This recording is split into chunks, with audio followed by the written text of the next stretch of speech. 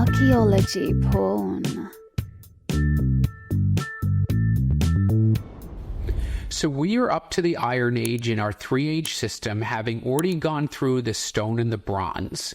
And nothing in Europe says Iron Age like the Celts. Now that term, Celts or Celtic, has actually become quite contentious.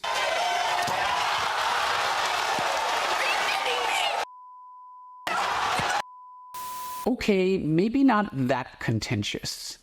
Well, I'm not going to go fully into the weeds on this one because it's such a complicated issue that I'll probably do another episode about it. But to summarize, let's just say that the term Celt is not a racial or genetic term, but rather a cultural linguistic one that the ancient Greeks used to paint everyone basically to the north and west of them with a broad brush. All right. And that's all I have to say about that. And later, as the Roman Empire expanded and it incorporated various Celtic people into it, who sort of adopted Roman culture, those who remained culturally Celtic became more and more concentrated in the northern and western fringes of Europe, and they began to identify themselves with that term Celtic. But for the Iron Age at least, Celts ruled the roost in most of Europe. And their centers of power, called oppidum or Fürstensitze, princely seats in Germany, those radiated out from what seemed to have been their heartland in northeastern France, southern Germany, northern Switzerland, and western Austria.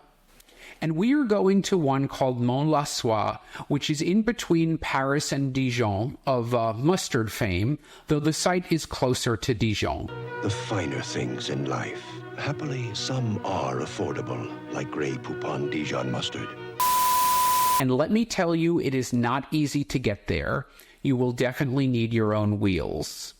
And I'm not going to get too deep into the site because I'm probably going to do a site visit there at some point. But let's just say in 1953, a very high-status grave was found at Mont-Lassois.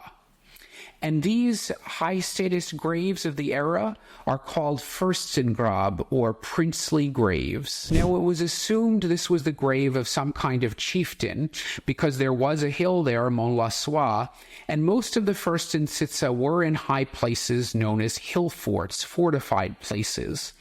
And it was a long time ago, so usually chieftains were in charge. Conan, destined to bear the jeweled crown of Aquilonia upon a troubled brow. And they knew this must have been the grave of a man, because of course back in the day, everyone with wealth and power and status was a man, until they actually started looking at the grave goods and noticing that the personal adornment were mostly feminine items, and otherwise there were a lot of ritualistic looking objects. And you can take a drink.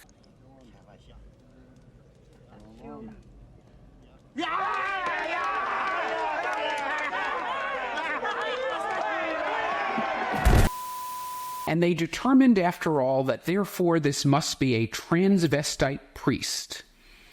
Until, of course, they analyzed the bones and estimated it to be a woman, and then the DNA confirmed that. So today we are left with what is known as the Vix Princess. And archaeology really has come a long way out of the Dark Ages, folks. So among all the stuff in her grave, one object really stands out as true archaeology porn, and that would be the ginormous Vix Krater. Nearly a mile across and over 500 feet deep. For the longest time, it was assumed to be a volcanic crater. No, not the crater with the C, the crater with the K. And what would crater with a K be? Well, this here is a pretty good representation. It's a kind of a vessel from ancient Greece that was used for mixing water and wine. And I know what you're probably thinking. Mixing water and wine? Would you please pass the jelly? Isn't that just like the highbrow American habit of drinking wine with ice cubes in it? Well, that's actually kind of the way it was done. In fact, drinking straight wine was considered uncivilized, and this perhaps had to do with the fact that a lot of the wine was apparently unpalatable back in the day, being quite sour. In fact, drinking wine straight up didn't become really a dominant cultural practice in Europe until about the 17th century. Well, according to the ancient Greeks, anyone who drank unwatered wine was a barbarian, and that's important because they considered everyone in Northern Europe, i.e. the Celts, to all be barbarians. And the word barbarian is really just an old-fashioned racial trope, because the Greeks said all of those weird people up there talked funny, like ba, hence barbarian. Seen by one of those barbarians, by one of those humans. And most of these craters were terracotta, decorated with painting, not really overly gaudy or over the top. Of course, there are some exceptions like this one, known as the Derveni crater, which you can see in the Archaeological Museum of Thessaloniki, like I did. However, that will be another episode of archaeology porn. Anyway, without further ado, this is the Vix Krater. And the first thing you will notice is it is ginormous. It is by far the largest crater found in antiquity, larger than any found in Italy, larger than any found in Greece. Standing at 1.64 meters or 5'4", the crater is about as tall as your average woman is. And this photo here gives you a sense of what that looks like. The whole thing weighs 209 kilos or 460 pounds, approximately the weight of 3 average men. And boy, did this thing hold a lot of booze. The internal capacity was 1,100 liters or 242 gallons. That is the equivalent of 1,467 bottles of wine. And that would have served quite a party.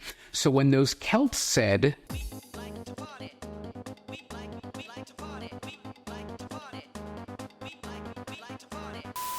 boy, they were not kidding.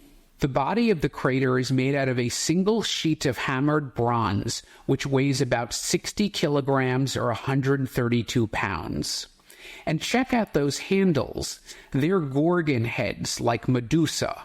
Now, even though Medusa was a monster who would turn you into stone, the thinking back in the day was that she would also ward off evil and bad luck. So it was actually a symbol of good luck and protection.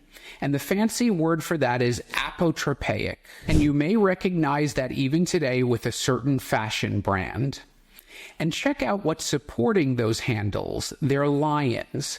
So that means whoever made this was not from France, no lions there, or at least they had been somewhere where they could have observed lions, because these are reasonably lifelike. And those handles alone weigh 46 kilograms or just over 100 pounds. Now, behind the handles, you'll probably notice that frieze with all the Greek-looking soldiers in a procession with chariots. And by this point, you're wondering, why all this Greek imagery on a Celtic vessel? More about that later. Finally, check out that lid. You'll notice the handle is a small depiction of a standing woman making a hand gesture. And she's a bit of a puzzler because if you look closely, you can clearly see that she's fashioned more crudely than those figures in the friezes or the gorgons on the handles. It's almost like she's made according to an older style. And also, though she's wearing a peplos, which is a Greek-style gown, nobody really knows who she is. I've seen guesses ranging from a goddess like Athena to an actual depiction of the Vix Princess herself. One piece of evidence comes from this depiction of Athena from a set of plaques which is now held in the British Museum, and these plaques are roughly contemporaneous with the Vix Krater. So that's a clue. All right, well, you get the idea. This thing is completely OTT. But what does it all mean? Well, obviously, this Vix lady was someone with wealth, status, and power. And back in prehistoric times, antiquity, and up until the Middle Ages, being able to throw a big feast, to throw a big party, was precisely a sign of wealth, power, and status. In fact, by the Middle Ages, that was kind of the job of being a king: fighting, feasting, and giving your loyal followers gifts. Except she was not a rich and powerful king, she was a rich and powerful woman. So rich and powerful, in fact, that she had the largest crater ever found. But why all the Greek imagery? After all, she was a Celt in northern France. Well, the Celts could work with metal, but not up to this level of skill. So it's pretty universally agreed that this crater must have come from somewhere where there were Greeks, either Greece or Italy, somewhere like that. Well, remember, the Greeks considered these people barbarians, and in turn, the Celts, unable to make such fine quality goods, highly prized Greek wares. And a lot of these prestige goods, which were highly valued by the Celts, came up through the Rhone River Valley from Massalia, present-day Marseille, which was founded not too long before the Vix Princess burial in about 600 BC. And if you want to know more about all of that, you can check out my site visit to Cosque Mediterranee, which is in Marseille. And who knows, maybe in an attempt to clean up their act a little bit and be a bit more civilized, the Celts used this giant Greek crater to actually water their wine, not drink it straight up like a barbarian. But this raises the obvious question: how on earth could they have moved such a big mofo? Well, the answer to that probably lies in the construction of the crater, which is actually soldered together from its various components. And the thinking was that it arrived in pieces and it was assembled at Mont-Lassois, which then leads to the implication that this thing was custom-made especially for the high-status Lady of Vix. Wow. So, putting it all together, she was definitely rich enough to afford this thing, as well as all the wine it would have held during feasts.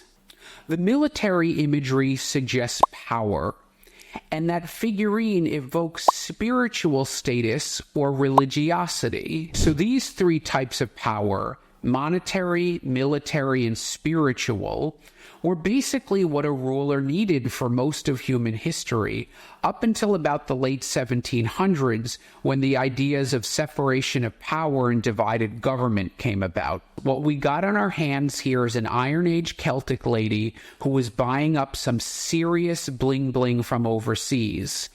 Because remember, this crater was just one, perhaps the most impressive, but just one of the valuable things she was buried with. And just to finish by blowing your mind with the magic conservators can work nowadays.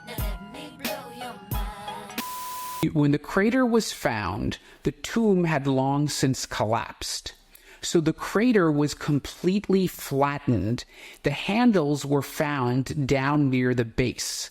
Can you believe how they were able to bring this thing back to life from having been flattened?